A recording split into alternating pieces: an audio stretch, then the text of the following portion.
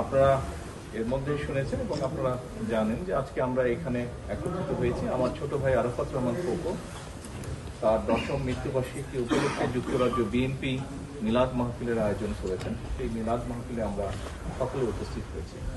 আপনাদের সকলকে আমি যেমন অনুরোধ করব, আজকে আমার ছোট ভাইয়ের মৃত্যুবার্ষিকীর উপলক্ষে তার জন্য, তার আত্মার জন্য দোয়া করার জন্য, একই সাথে আমরা যারা এখানে উপস্থিত হয়েছি আমরা অনেকেই রাজনীতি করি বাংলাদেশ জাতীয়তাবাদী দলের, এর বাইরেও মুসলিমবৃন্দ উপস্থিত আছেন যারা দেশনেত্রী খালেদা জিয়াকে একজন নেত্রী হিসাবে পছন্দ করেন। এর বাইরে যারা বিভিন্ন মাধ্যমে, ইন্টারনেটের মাধ্যমে দেখতে পাচ্ছেন, সকলের কাছে আমি অনুরোধ করব যে আমার মা দেশনেত্রী খালেদা জিয়া চিকিৎসার জন্য এসেছেন, তার সুস্থতার জন্য দয়া করে আপনারা দোয়া করবেন। একই সাথে আপনাদের কাছে আমার অনুরোধ থাকবে যে দেখুন, গত 5 তারিখের পরে, 5ই আগস্টের পরে 5 তারিখে যে রাজনৈতিক পরিবর্তন হয়েছে বাংলাদেশে, তারপরে বাংলাদেশের মানুষ এমন একটি বাংলাদেশের প্রত্যাশা করছে যেখানে মানুষের অনেক কিছু প্রত্যাশা হয়তো পর্যায়ক্রমিকভাবে সাধারণ মানুষের যে চিন্তা ভাবনা দেশ নিয়ে, সেরকম একটি দেশ আমরা গঠন করতে সক্ষম হব। এই দেশ 1971 সালে বাংলাদেশের মানুষ, মুক্তিযোদ্ধারা যুদ্ধ করে স্বাধীন করেছেন। আপনাদের কাছে আমার অনুরোধ থাকবে যে আসুন, যেই বাংলাদেশ স্বাধীন করার জন্য যে মানুষগুলো জান কোরবান করেছেন তাদেরকেও আমরা আমাদের দোয়ায় আছে শামিল রাখব।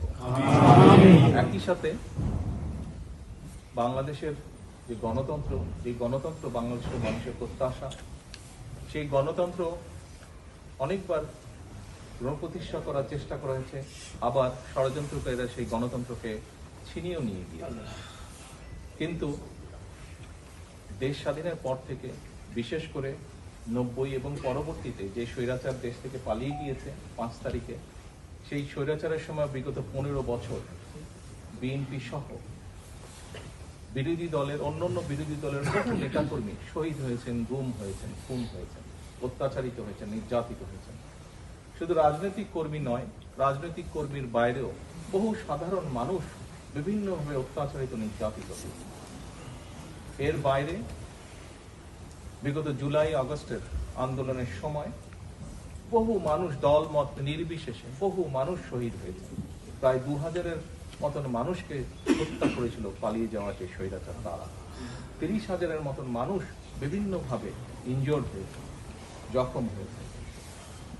আসুন আমরা আজকে এই সকল শহীদ এবং সকল অত্যাচারিত, নির্যাতিত মানুষের জন্য হাত তুলে আল্লাহর দরবারে দোয়া করব, দল মত নির্বিশেষে, সে যে দলেরই হোক না কেন। একই সাথে আমরা আল্লাহর কাছে চাইবো আজকে হাত তুলে যে প্রত্যাশা নিয়ে বাংলাদেশের মানুষ নিজের দেশকে একটি ভালো জায়গায় দেখার জন্য ভবিষ্যতের দিকে তাকিয়ে আছে, আল্লাহ যাতে আমাদেরকে সেই তৌফিক দেন। আমরা যারা বেঁচে আছি, আমরা যাতে প্রত্যেকে সেই বাংলাদেশের মানুষের প্রত্যাশিত দেশ গড়ে তোলার ক্ষেত্রে অবদান রাখতে পারি।